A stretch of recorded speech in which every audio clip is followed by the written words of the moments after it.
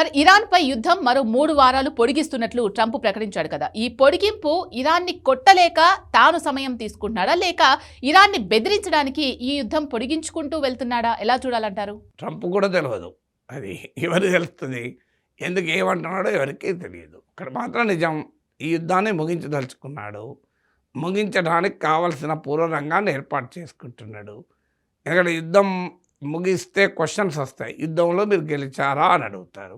అందుకే ట్రంప్ ఇవాళ ఉపన్యాసంలో గెలిచాము, అసలు బ్రహ్మాండంగా గెలిచాము, యుద్ధము మొదలుపెట్టిన మిలిటరీ ఆబ్జెక్టివ్స్ అన్నీ దాదాపు నెరవేరాయి అని చెప్పారు. తర్వాత యుద్ధం ఎందుకు మొదలు పెట్టారంటే రెజీమ్ చేంజ్ అన్నారు కదా, మరి రెజీమ్ మారలేదు కదా అని మారిందని చెప్పేసిండు ట్రంప్. అసలు రెజీమ్ చేంజ్ మా లక్ష్యమే కాదని చెప్పేసిండు. రెజీమ్ చేంజ్ గురించి మేము ఎప్పుడన్నాము, అది మేము ఎప్పుడు అనలేదు అంటున్నాడు. చూడండి మీరు, విచిత్రంగా ఉంది.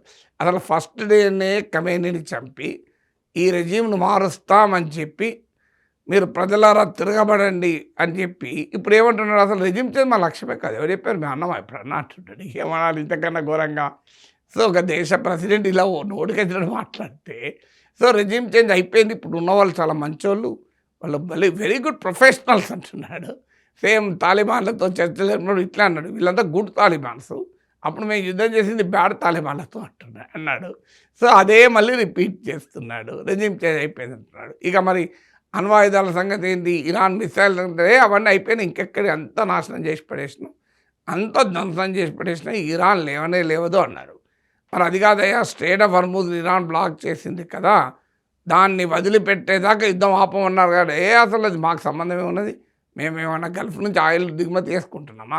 స్ట్రెయిట్ ఆఫ్ హర్ముజ్ ఉపయోగించుకుంటున్న వాళ్ళు ఆ యూరోప్ అండ్ ఏషియన్ కంట్రీస్ వాళ్ళు చూసుకోవాలి, వాళ్ళకి లేని పట్టి నాకెందుకు, నేను చేయగలిగినంత చేసిన, ఇరాన్ వీకెండ్ చేసిన, ఇవి మీరు చూసుకోండి అంటున్నాడు స్ట్రెయిట్ ఆఫ్ హర్ముజ్.